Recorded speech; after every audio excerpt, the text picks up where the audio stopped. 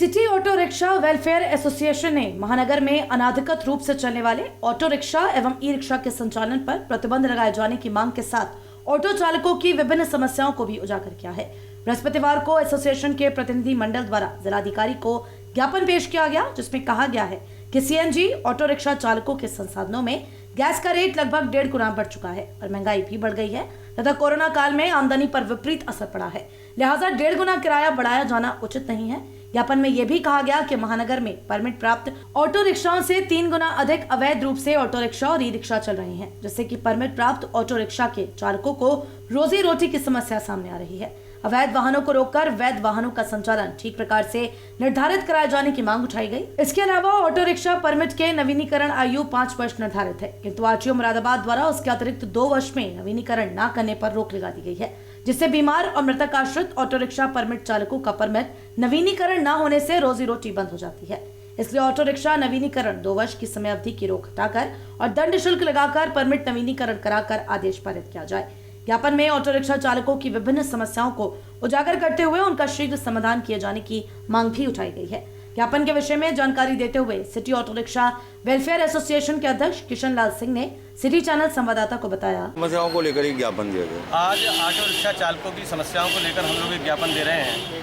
Corona काल में और उससे पहले लगभग 2 वर्षों से ऑटो रिक्शा संचालन में जो कुरीतियाँ आ गई हैं और महानगर मुरादाबाद में अवैध रूप से जो वाहन चल रहे हैं उनके विरोध में हम लोग आए हैं, क्योंकि इस बीच में जो काट के परमिट हैं, कटे हुए ऑटो रिक्शा हैं और ई रिक्शा हैं, वो अवैध रूप से मुरादाबाद महानगर में चल रहे हैं। सभी ऑटो चालकों को जो वैध परमिट धारक हैं उनको शिकायत है और इस शिकायत को लेकर के हम लोग जिलाधिकारी महोदय से भी मिलकर समस्या अवगत कराएंगे।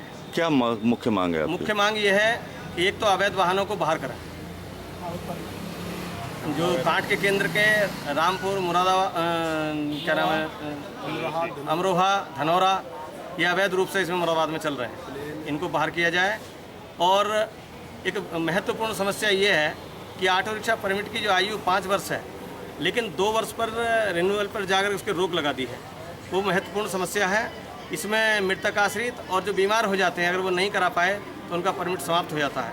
परमिट 2010 से खुले नहीं है, 11 वर्ष के बीच में कोई परमिट मुरादाबाद सिटी का नहीं खुला है, क्योंकि बहुत कम संख्या है, 1600 कुछ परमिट हैं हमारे, उसके बावजूद भी उनकी सुरक्षा नहीं की जा रही है और अवैध वाहन चालकों को जो है प्रोत्साहन दिया जा रहा है। तो इसके विरोध में हम लोग जिलाधिकारी महोदय के परमिट की वैधता 2 वर्ष से 5 वर्ष करना चाहते हैं। परमिट की वैधता 5 वर्ष है।